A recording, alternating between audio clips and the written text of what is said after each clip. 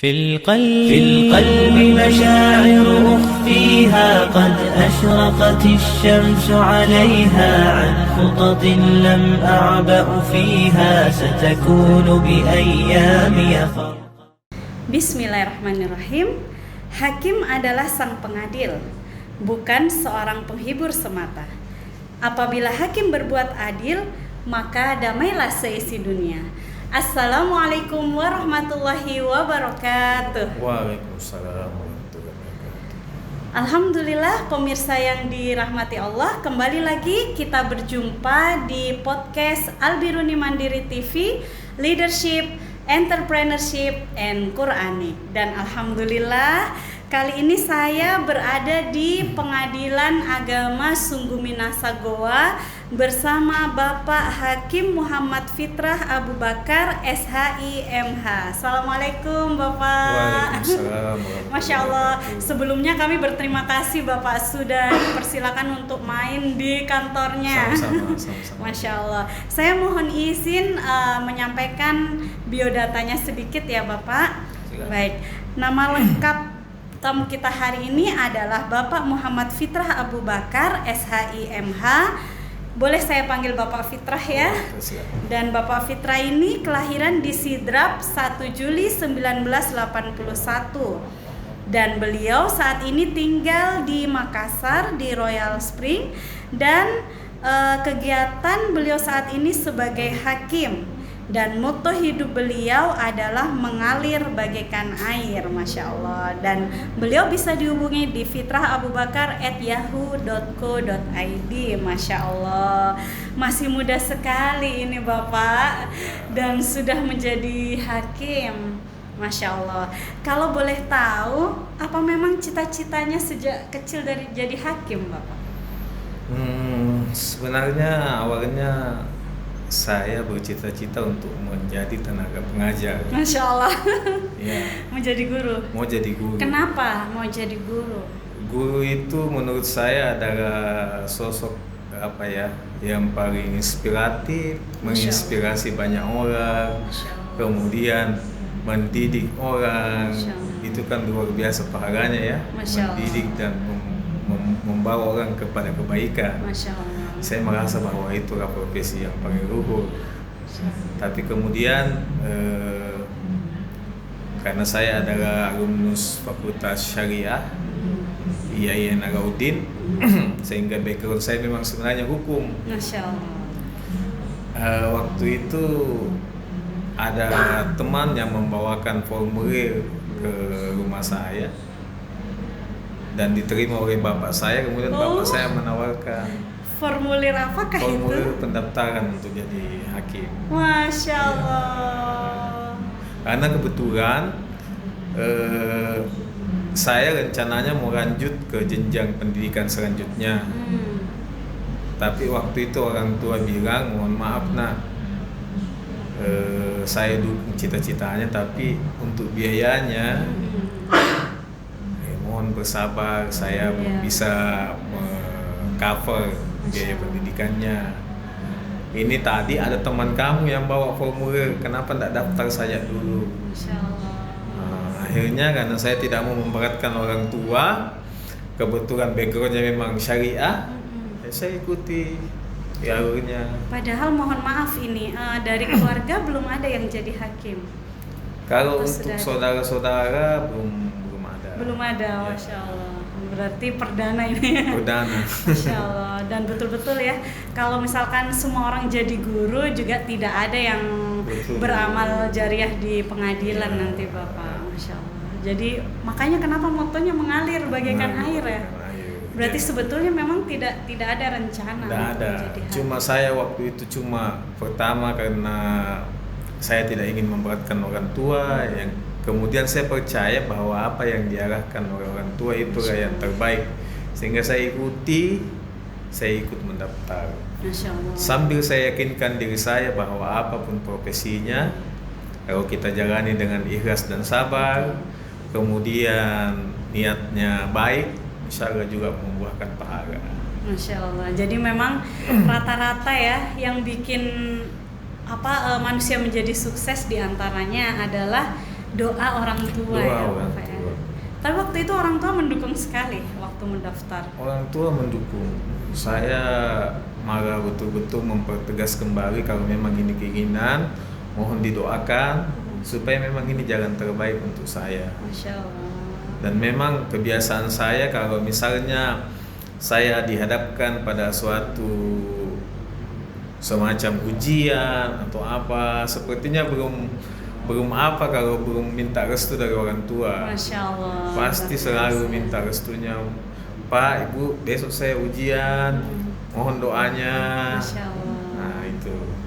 Nah kemudian ini yang penasaran ya, mungkin masyarakat awam termasuk saya, Iya. terus terang saya juga tidak ada keluarga yang sebagai hakim ya Bapak ya. Proses tesnya seperti apa sampai bisa lolos menjadi Ya. hakim? Jadi kemarin itu waktu periode saya 2006, prosesnya itu adalah tes tertulis. Nah, jadi kita ada tes tertulis, kemudian dilanjutkan dengan tes baca kitab. Itu se-Indonesia atau? Se-Indonesia. Masya Allah. Iya, se-Indonesia. Kemudian ada lagi tes psikotes. Saya baru tahu loh ada tes baca kitab. Ada Kitab khusus. KUHP Iya. gitu-gitu ya? Atau kitab kitab ini kitab kuning. Oh kitab kuning. Masya Allah. Jadi pemirsa mungkin ada yang baru tahu ya, ternyata hakim ada tesnya baca Iya, kitab khusus kuning. untuk hakim agama. Hakim agama. Iya, betul. Masya Allah. Karena kan materi hukum materialnya pengadilan agama itu salah satunya bersumber dari kitab-kitab kuning. Masya Ya. Allah. Luar biasa. Sehingga setelah kitab kuning ada lagi psikotes, ada wawancara. Masya Allah. Dan itu kira-kira berlangsung berapa lama prosesnya? Itu kalau tidak salah, seingat saya kita dinyatakan lulus tertulis dulu, terus masuk kantor 2006, 2009 sebelum ditetapkan menjadi hakim, kita baru tes psikotes. Masya Allah, dari 2006 itu? Iya, 2006 tes tertulis masuk kantor, lulus dinyatakan lulus masuk kantor, terus 2009 pendidikan lagi untuk diangkat jadi hakim. Masya Nah, di Allah. situ ada tes psikotes sama kitab. Masya Allah. Jadi yang untuk pendidikan berikutnya 2009 alhamdulillah sudah bisa membiayai sendiri ya atau Iya, bagaimana? karena kan sudah berstatus pegawai negeri. Masya Allah. Nah, jadi alhamdulillah sudah bisa. Persaingannya ketat ya. Iya, alhamdulillah. Kalau bukan karena doa orang tua Kalau bukan karena dan doa usaha orang yang tua. sungguh-sungguh, Betul. kayaknya sulit ya Bapak Betul. ya. Nah, kemudian kesehariannya sebagai hakim itu seperti apa? Sebenarnya kesehariannya biasa kalau kita bicara di kantor ya. Ya, tentu hakim itu tentu paling pertama harus banyak membaca. Pertama, kenapa? Karena kan masalah-masalah yang dibawa oleh masyarakat itu berkaitan dengan hukum yang ada, undang-undangnya. Betul. Sehingga kita harus banyak membaca tentang peraturan undang-undangan. Masya Allah. Kemudian kita juga harus banyak membaca tentang buku-buku hukum yang lain sebagai penunjang. Sebagai penunjang. Ya, karena kita tidak boleh semata-mata hanya memutus berdasarkan apa yang tertulis dalam undang-undang. Sebab apa yang tertulis dalam undang-undang boleh jadi sudah menjadi hukum yang tertinggal oleh perkembangan zaman. Sehingga hakimnya harus punya cukup ilmu untuk melakukan ijtihad. Masya Allah. Apabila hukum tertulis mungkin tidak mampu mengakomodasi Betul. permasalahan hukum di masyarakat. Betul. Jadi betul ya bahwa Allah itu meninggikan orang yang berilmu beberapa derajat ya Bapak ya.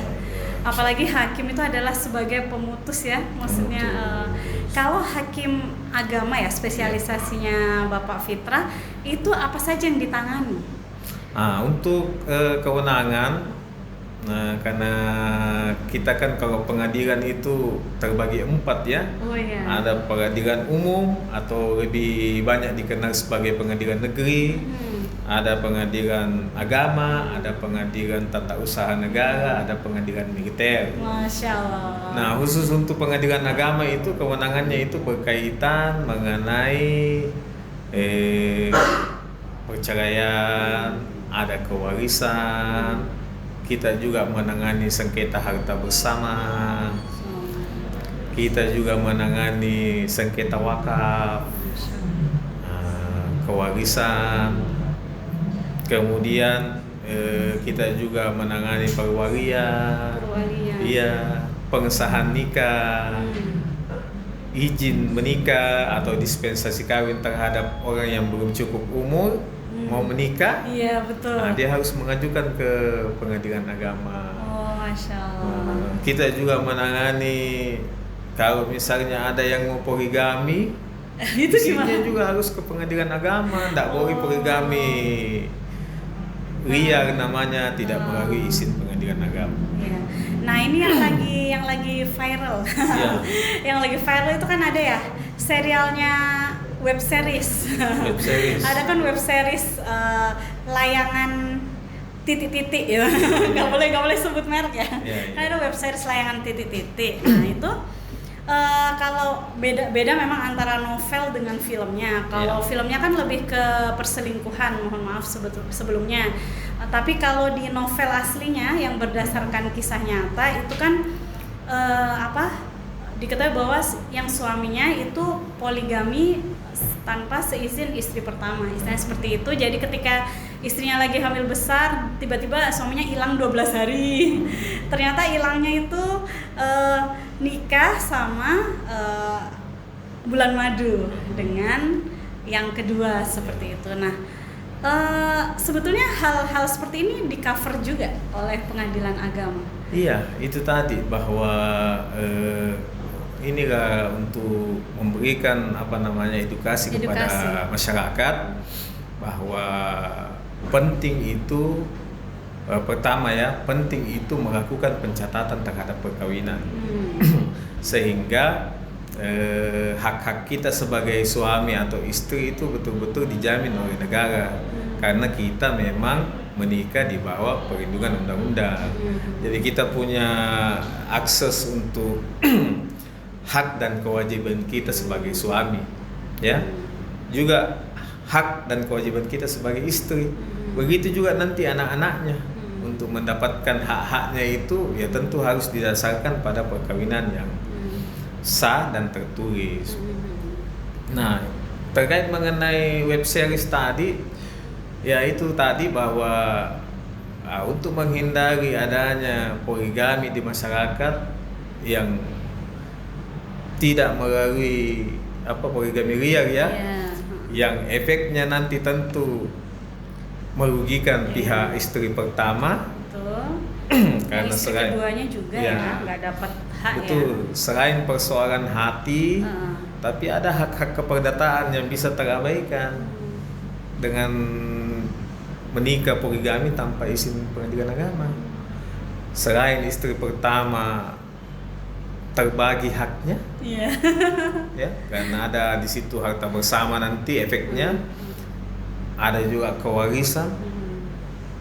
Istri kedua juga menjadi tidak penuh dia nikmati dia punya hak. Ya. Nah, sebetulnya harusnya seperti apa? Nah, ini boleh diinfokan mungkin ke masyarakat. Harusnya apabila seseorang ingin melakukan poligami, maka dia harus pertama meminta kepada istrinya. Meminta baik-baik ya. Iya.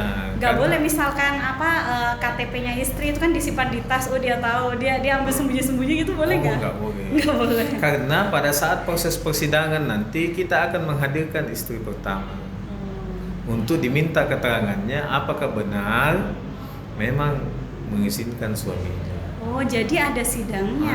Ada sidangnya. Nah, itu mungkin masyarakat belum tahu ya. Jadi ada sidangnya untuk memastikan bahwa apa yang ditempuh oleh sang suami melakukan izin poligami, pertama sudah dapat izin dari istri. Yang kedua ada cukup alasan hukum. Iya. Yang ketiga memastikan bahwa hak istri pertama terjamin, misalnya harta bersamanya. Karena itu kan nanti kita akan pisahkan bahwa ini harta bersama yang diperoleh dari istri pertama. Oh iya, jadi prinsip keadilan ya. Prinsip keadilan menjaga. Bisa adil membagi harta gono gini, tapi belum tentu bisa adil masalah perasaan ya. Yang tidak di-cover oleh pengadilan agama adalah masalah pembagian perasaan. Kalau yang itu ya memang bagaimana pribadi masing-masing menjalankan. Betul. Ya. Tapi sebetulnya kan memang poligami sendiri sah dalam agama. Cuman kalau liar jadinya nanti tidak terpenuhi hak-haknya begitu ya Bapak ya. Berarti harus melalui proses izin istri pertama, izin baik-baik, dan sebab-sebab yang dibolehkan apakah ada juga syaratnya? Iya ada. Salah satunya itu bahwa istri sudah tidak dapat melakukan kewajiban. Tidak bisa melakukan kewajiban ya, fisik maupun batin maupun batin. Jadi itu menjadi sangat kumulatif, dia tidak menjadi alternatif. Artinya harus terpenuhi semua, baru majelis hakim mempertimbangkan untuk mengabulkan. Bukan alternatif, bukan salah satunya terpenuhi, tapi harus terpenuhi semua baru. Masya Allah. Nah kalau untuk di wilayah Bapak sendiri di Goa ya, itu paling banyak kasus apa? Apakah menikah usia muda, ataukah perceraian, ataukah seperti apa? Untuk di Pengadilan Agama Sungguh Minasa sendiri sebenarnya kita punya kasus yang variatif. Ada perceraian, kalau diajukan oleh istri namanya cerai gugat, kalau diajukan oleh suami namanya cerai tarak. Nah itu lumayan, itu yang paling besar, cerai gugat. Ya, kemudian cerai tarak, kita juga ada pengesahan nikah, terus dispensasi nikah. Dispensasi itu seperti apa? Kalau dispensasi nikah itu adalah perkara yang diajukan oleh orang tua terhadap anak yang ingin menikah di bawah umur. Oh, nah itu gimana? Kan pernah waktu itu viral ya, tapi bukan di sini sih. Waktu itu ada kasus di pulau lain kalau saya tidak salah baca. Itu dampak dari pandemi katanya. Jadi mereka usia SMP gitu Bapak kan ceritanya, kalau saya tidak salah di salah satu pulau di Indonesia. Nah itu SMP, lulus SMP, kata orang tuanya ya udahlah daripada kamu belajar aja enggak, daripada kumpul kebo, akhirnya dinikahin gitu. Masih sama-sama kecil-kecil gitu, masih sama-sama SMP. Nah seperti itu bagaimana? Nah ini sebenarnya kan kalau menurut Undang-Undang Nomor 1 Tahun 74 usia perkawinan itu untuk perempuan 16, untuk laki-laki 19. Oh, 16 sama 19. Ya, tapi sudah direvisi lagi dengan lahirnya Undang-Undang 16 tahun 2019. Jadi baik perempuan dan laki masing-masing harus berumur 19 tahun. Oh, masing-masing minimal dinaikkan yang perempuan tahun. Jadi 19. Nah sekarang ini kalau mereka masuk ke pengadilan agama, Mahkamah Agung sebenarnya melakukan upaya-upaya untuk mencegah perkawinan dini. Salah satunya mengeluarkan SEMA, surat edaran Mahkamah Agung, yang memperpanjang prosesnya. Harus melalui pemeriksaan di pemerintahan daerah, melalui perlindungan anak, apakah memang wajar ya. Kemudian di dalam persidangan sendiri itu majelis hakim juga tidak langsung menetapkan bahwa boleh. Kita melihat aspek-aspeknya, dan di SEMA Mahkamah Agung itu betul-betul ditekankan bahwa harus betul-betul ada keadaan yang mendesak baru bisa dikabulkan. Kenapa? Karena ancaman terhadap pernikahan dini itu kan sangat besar. Rawan perceraian. Salah satunya.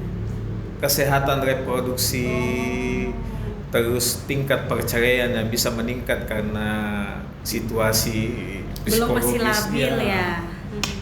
Terus kondisi darurat itu maksudnya gimana Bapak? Kan kadang mungkin orang tuanya, kalau kita berpositif thinking ya, mungkin orang tuanya takut ini anak-anaknya biar gak zina gitu kan. Mungkin pemikirannya seperti itu. Makanya sebenarnya pada saat orang tua mengajukan itu, kita berusaha melakukan penasehatan kepada orang tua bahwa memang berat itu tantangan untuk menjadi orang tua, karena kita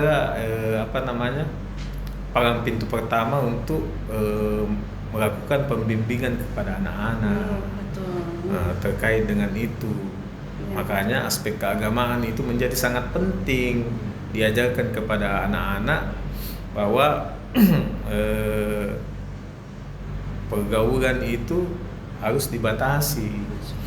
Jadi kita tidak serta-merta menerima kalau misalnya ada yang datang bilang ini sudah dekat daripada berzina, ini kita tidak serta-merta juga ini. Kita tetap juga meyakinkan orang tuanya bahwa insya Allah kita mampu itu bina anaknya.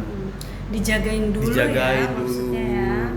Bayangkan kalau kita semua putus gara-gara sudah dekat, langsung mau dinikahkan saja kan. Iya, belum lagi karena psikologisnya, terus juga nafkahnya mungkin belum siap.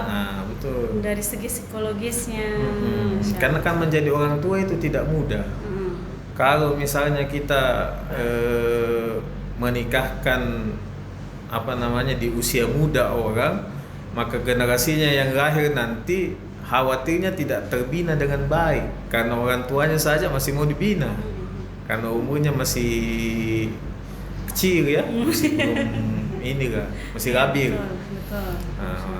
Jadi sangat penting itu untuk menyadarkan. Nah, kemudian ini kalau sebagai hakim memang setiap hari selalu sudah ada jadwal sidangnya begitu Bapak ya? Atau sempat bisa ke luar kota, ada nggak gitu? Atau harus stay di kantor karena setiap hari ada sidang atau bagaimana? Kebetulan di tempat saya di Pengadilan Agama Sungguh Minasa itu sudah dibagi-bagi harinya. Jadi kita masing-masing punya hari Senin ada majelis ini yang sidang, majelis B, majelis A. Kebetulan saya dapat untuk hari Rabu dan Kamis. Masya Allah. Ya, dulu hari Selasa, tapi perlahan-lahan dipindahkan ke Rabu Kamis. Masya Allah. Jadi itu untuk sidang. Selebihnya itu kita pakai untuk misalnya kita melakukan cross check terhadap berita acara. Kita juga membuat konsep untuk putusannya. Kan kalau sudah disidang dibuatkan putusan. Itulah yang dijadikan pegangan oleh para pihak yang datang untuk mencari keadilan di sini. Nah, ini durasi sidang itu yang pernah Bapak alami paling singkat berapa dan paling lama berapa? Kebetulan untuk Pengadilan Agama Sungguh Minasa ini termasuk pengadilan dengan jumlah perkara yang cukup besar.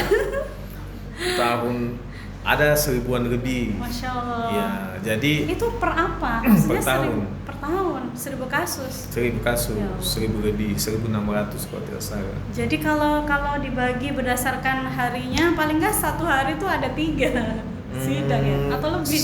Kalau kan ini sidangnya tidak satu kali. Iya benar. Ya, jadi masing-masing perkara punya dinamika yang berbeda-beda. Masya Allah. Nah, jadi kita itu sidang bisa kadang-kadang cukup dari jam kan kita bukanya jam 9 untuk sidang. Pelayanan secara umum buka jam 8, untuk sidang kita jam 9. Kemudian kita buka biasanya paling cepat itu jam 12. Paling lama itu teman saya pernah sidang sampai jam 7. Satu sidang aja? Maksudnya? Banyak perkara. Oh, banyak perkara. Iya. Masya Allah. Sudah banyak perkara. Kadang sampai 20 satu hari. Ya Allah. Kadang juga cuma 5. Masya Allah. 5 itu udah dibilang cuma ya? Ya. Udah alhamdulillah banget ya. Nah, ini selama menjadi hakim, apa yang Bapak Fitrah dapatkan hikmahnya? Kan kalau jadi hakim itu saya lihat itu dari luar ya. Yang pertama orangnya harus kuat karena hakim itu adalah pemberi keputusan, ya kan. Terus juga harus sabar. Kan kadang Kalau saya lihat ada yang ini hakimnya udah siap, ini ada yang tidak datang begitu. Ada nggak peristiwa yang paling ngeselin ketika ketika menangani perkara Bapak? Yang paling mengesalkan atau justru yang mengesankan? Nah, itu boleh. Sekarang ini Mahkamah Agung melakukan pembinaan itu dengan dengan moto pelayanan. Jadi terlambatnya pihak itu memang seperti tadi yang dibilang, mau tidak mau harus dilatih kesabaran. Kan menunggu itu nggak enak. Menunggu ya, karena motonya Mahkamah Agung sekarang pelayanan prima terhadap para pihak. Kita tidak mau bahwa karena misalnya kita kurang sabar, masyarakat jadi tidak terlayani. Jadi kita upayakan bagaimana semaksimal mungkin, meskipun sebagai manusia biasa tentu saja ada. Nah, tapi kita maksimalkan untuk semuanya tercover, terlayani dengan baik. Karena ya itu tadi. Siapa yang paling mensupport Bapak? Karena kalau kita lihat dari segi manusia ya, manusia itu kan tempatnya salah dan khilaf seperti itu. Kemudian pasti dari segi pekerjaan itu ada kalanya kita merasa down oleh sesuatu. Nah ini mungkin siapa yang paling mensupport di saat-saat seperti itu? Tentu saja keluarga ya, ada istri, ada anak-anak. Meskipun anak-anak tidak secara langsung mensupport, tapi kalau kita melihat mereka, anak-anak kita itu kan ada energi yang mereka kirimkan. Meskipun tidak secara langsung menyatakan kuat ki papa, sabar, tapi itu pandangannya itu kayak wifi begitu, dia langsung memberikan energi. Istri, saudara-saudara, kebetulan orang tua sudah meninggal, tapi waktu beliau masih hidup selalu saya. Dan pasti itu ada masa-masanya down ya Bapak? Ada. Dikala misalnya namanya manusia biasa ya, hakim itu sebenarnya yang paling bikin down itu kalau misalnya kita harus pisah dengan keluarga. Jadi di saat kita ingin memberikan sesuatu yang maksimal untuk pihak lain, tapi di saat yang sama kita juga harus berpisah dengan keluarga karena ada mutasi. Ya. Nah, seperti saya misalnya, pernah saya tugas di Sidrap, istri saya di Jeneponto dengan anak-anak saya. Jadi betul-betul kita harus kuat. Dan berarti sudah berapa tahun memegang jabatan hakim? 2009, berarti sudah 12 hampir 13 tahun. Masya Allah, 13 tahun mengabdi sebagai hakim. Nah, ini alhamdulillah sudah ada buah hatinya ya, walaupun masih muda nih. Nah, ada berapa Bapak anandanya? Alhamdulillah, oleh Allah saya dikaruniai 3 orang putra putri.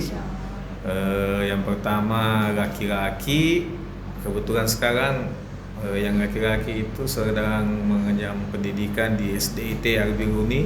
Ya, Masya Allah. Kelas 6 ya? Kelas 6. Saya dulu SD-nya waktu saya tugas di Sidrap, dia SD-nya di Sidrap. Jadi begitu saya dapat mutasi ke Sungguh Minasa, saya langsung cari sekolah. Masya Allah. Googling, dapat Albiruni. Saya telepon gimana Albiruni, saya tanyakan bagaimana sistem pendidikannya, bagaimana ininya. Saya tertarik, saya suka. Alhamdulillah sampai kelas 6 masih tahan. Masya Allah. Dan adik-adiknya masih kecil ya? Adik-adiknya kelas TK. Masya Allah, luar biasa ya. Jadi 1 putra dan 2 putri. Kemudian kira-kira kedepannya anak-anak apakah harus menjadi seorang hakim juga seperti Bapak?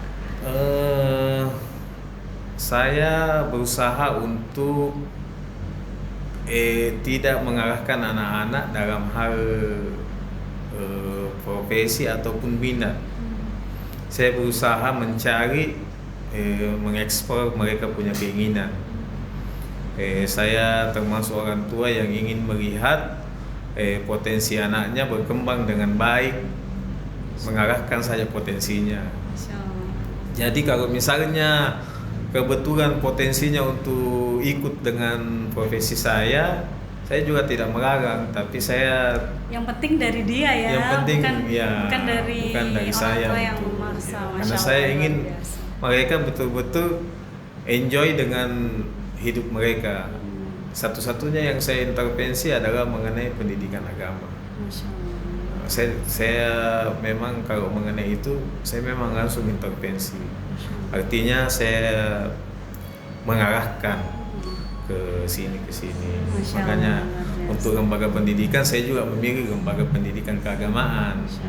Karena saya yakin bahwa anak-anak ini kalau basic agamanya bagus, insya Allah kehidupan dunianya juga bagus. Karena dasarnya itu adalah agama ya, yang menjaga tuh. Ya. Luar biasa sekali. Berarti ini kayaknya Bapak Fitra ini sering rajin ikut parenting ya, mindsetnya terbuka. Ya cuma kalau ikut seminarnya enggak juga, cuma bundanya mungkin ya berbagi pengalaman sama orang tua, mengikuti metode pendidikannya orang tua, kemudian mengamati cara teman-teman yang anaknya baik, saya amati, oh ya kita ikuti, kita adopsi. Masya Allah, luar biasa. Dan ini setelah dirasakan sekolah di Al-Biruni Mandiri, bagaimana perkembangannya Nak Davi? Ya, Ananda Davi sekarang itu menurut saya melihatnya bahwa setiap tahun ada perkembangan, meskipun tetap juga namanya anak-anak ya, proses apanya berkembangnya itu tentu ada hal-hal lain yang dia kenal. Apalagi anak pandemi ya. Di masa pandemi itu kan identik dengan handphone. Iya. Padahal zaman sebelum pandemi itu handphone paling dilarang. Jadi saya pernah membatasi, bahkan sama sekali mencabut handphonenya supaya saya melihat kurang ini sudah membahayakan, sudah mulai kecanduan, jadi saya membatasi lagi. Ya, jadi itu, iya. Dan saya sangat berterima kasih karena para ustazahnya juga, ustaznya di Al-Biruni itu sangat mendukung. Maksud saya, salah satu hal yang paling menarik itu ada kunjungan. Home visit ya? Ya, home visit ya namanya dari Al-Biruni. Dan itu memang untuk semua siswa. Ada kunjungan ke rumah orang tua, sehingga kita bisa saling sharing. Anak-anak di rumah bagaimana, di sekolah bagaimana, cocok apa tidak, sinkron apa tidak. Iya, sinkron apa tidak. Kalau tidak sinkron, ayo kita diskusikan apaannya ini Nah, jadi kita betul-betul berbagi sharing tentang bagaimana membina ini anak. Jadi betul-betul tidak dilepas ya? Tidak dilepas. Karena sekolah bukan laundry ya. Sekolah hanya berapa jam, jadi di rumah harus saling sinergi begitu ya. Jadi itu yang saya ini, karena selain ada home visit tadi seperti Ibu bilang, kita juga sering sharing sama ustazahnya, wali kelasnya ya. Seperti ya Ustaz Faisal ini pernah ke rumah juga. Masya Allah. Bahkan kita main game sama-sama sama Ananda juga. Biar tahu akun gamenya Ananda apa ya aja, nanti bisa diawasi. Supaya kerabatnya juga. Iya betul. Ustaz Dian yang sekarang untuk walasnya ini. Ustaz Dian. Ya sudah ke rumah juga, kita berbagi. Pokoknya mereka mensupport anak-anak. Jadi ada keluhan dari orang tua, kita sama-sama cari jalan keluarnya. Mereka juga menginfokan ke saya, misalnya Ananda sepertinya kurang fokus, ayah bunda kenapa ya, ada masalah mungkin di rumah, ada apa. Nah, jadi kita bisa jadi care ya, peduli sama muridnya ya. Jadi betul-betul pendidikannya tidak hanya sebatas pada angka-angka atau ranking. Iya, dan memang tidak di ranking. Iya, memang tidak di ranking. Iya, betul. Karena setiap anak pasti hebat, pasti ada potensinya. Masya Allah, luar biasa. Dan ini sebetulnya masih pengen ngobrol banyak ini Bapak, cuman khawatirnya nanti mengganggu kesibukan. Mungkin ada pesan untuk masyarakat yang di rumah terkait taat hukum, nah ini seperti apa Bapak? Ya. Untuk masyarakat saya kira yang paling penting sekarang ini pertama-tama karena kita masih dalam keadaan pandemi, ayo kita sama-sama bahu-membahu bagaimana memutus mata rantai COVID-19 dengan cara menjaga jarak, memakai masker. Kebetulan kita ini tidak memakai masker karena lagi podcast ya, tapi ini ada masker saya ada, nanti tinggal dipakai. Kemudian menjaga mobilitas, kalau tidak terlalu penting tidak usah keluar rumah. Yang kedua, terkait mengenai hukum, mari kita sama-sama menjaga diri kita untuk senantiasa tertib berhukum supaya keamanan dan ketertiban menjadi menjadi suasana yang kita rasakan bersama. Ada suasana kondusif, ada suasana bahagia, ada suasana menyenangkan di berbagai tempat, di berbagai aktivitas.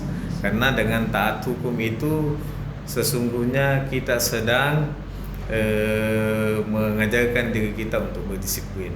Masya Allah. Saya kira begitu. Dan itu bisa baik untuk semua ya. Baik untuk semua. Masya Allah. Dan saya juga ingin menginformasikan bahwa alhamdulillah pendaftaran PPDB SIT Al-Biruni Mandiri sudah mulai dibuka. Khawatirnya nanti kalau pemirsa yang ada di rumah pengen berkunjung dulu, kami persilahkan karena ada 4 divisi alhamdulillah sekarang Bapak. Jadi bisa pilih yang terdekat dari rumahnya juga bisa. Ada di Jalan Jipang, ada di Karunrung, ada di Panaikang, dan juga ada di Jalan Karantina. Jadi bisa bisa yang ingin berkunjung ke sekolah kami atau bertanya tentang pendaftaran bisa langsung menghubungi admin di SIT Al-Biruni Mandiri. Panaikang di mana? Kalau di Panaikang itu di depannya seberangnya Taman Makam Pahlawan ya, Jalan Urip Sumoharjo. Dekatnya STR di situ. Iya, kalau di situ SMA-nya. SMA-nya. SMA. Dan alhamdulillah sekarang program SMA itu ada target menembus 10 PTN terkemuka. Jadi bukan hanya, jadi kalau di SD insya Allah anak-anak sudah bisa hafal sampai 30 juz. Kemudian nanti dimungkinkan di SMP ada program terjemah, dan nanti SMA-nya ada tafsir hadis. Jadi insya Allah bahkan ketika Pak Prof melihat program kami kayak programnya ini mendidik ulama ini ya, karena kami ingin mendidik pemimpin yang sekaligus ulama minimal bagi dirinya dan keluarganya. Dan semoga cita-cita mulia kita semua terwujud. Saya sangat berterima kasih Bapak, Masya Allah. Sama-sama. Podcast hari ini sangat luar biasa. Sama-sama. Karena terus terang saya juga sama sekali buta mengenai tentang hakim ya, dan alhamdulillah terbuka wawasan. Dan juga masyarakat luas juga lebih tahu posisinya hakim bagaimana, jadi bisa saling memudahkan. Dan bila ada masalah bisa ada solusi yang ditemukan. Seperti tadi poligami dan sebagainya, bahwa ternyata dilayani juga di pengadilan agama. Dan di pengadilan agama kita punya layanan inovasi namanya. Nah ini jadi masyarakat yang ingin melakukan interaksi dengan pengadilan agama bertanya bisa melalui Zoom meeting. Oh Zoom. Karena ini kan Sungguh Minasa ini salah satu daerah yang punya luas daerah yang sangat luas ya. Iya betul. Ada pegunungan, daerah pegunungan. Sehingga kasihan kalau mereka hanya ingin bertanya, mereka harus turun gunung. Iya. Mereka bisa mengakses lewat layanan itu Zoom Zoom. meeting. Adakah alamat websitenya atau apa yang bisa? Ada alamat websitenya, cuma saya tidak begitu. Oh, berarti bisa di googling ya? Bisa di Bisa di searching di Google. Jadi ini saya langsung praktekkan Bapak ya. Pengadilan Agama ya? Iya. Pengadilan Agama Sumbu Minasa. Goa, Masya Allah ya. Nah, ini ternyata ya. Dan ada juga nomor teleponnya ya, Bapak ada. ya. Masya Allah. Jadi yang ingin berhubungan tinggal searching aja di Google ya. Nanti di Zoom. Nah, Pengadilan Agama Sumbu Minasa, Goa, dan tidak perlu turun gunung dulu. bisa call, bisa juga by Zoom meeting. Masya Allah, luar biasa sekali. Dan insya Allah informasinya sangat bermanfaat. Dan jangan lupa tetap taati protokol kesehatan ya Bapak ya. Dan kalau bisa dijagain pergaulannya, jangan nikah muda karena kebablasan apalagi ya. Naudzubillah, jangan sampai ya Bapak ya. Baik, terima kasih banyak. Semoga Bapak Hakim Fitrah sehat selalu. Amin. Sama-sama, sekeluarga Bu. juga agar bisa selalu berbagi amal jariah dan ilmunya kepada masyarakat luas. Sukses untuk Al-Biruni TV. Terima kasih. Sekian dari kami. Mohon maaf bila khilaf. Wassalamualaikum warahmatullahi wabarakatuh. Waalaikumsalam warahmatullahi wabarakatuh. في القلب مشاعر أخفيها قد أشرقت الشمس عليها عن خطط لم أعبأ فيها ستكون بأيامي فرقا فحياتي قبل الحلقات تيه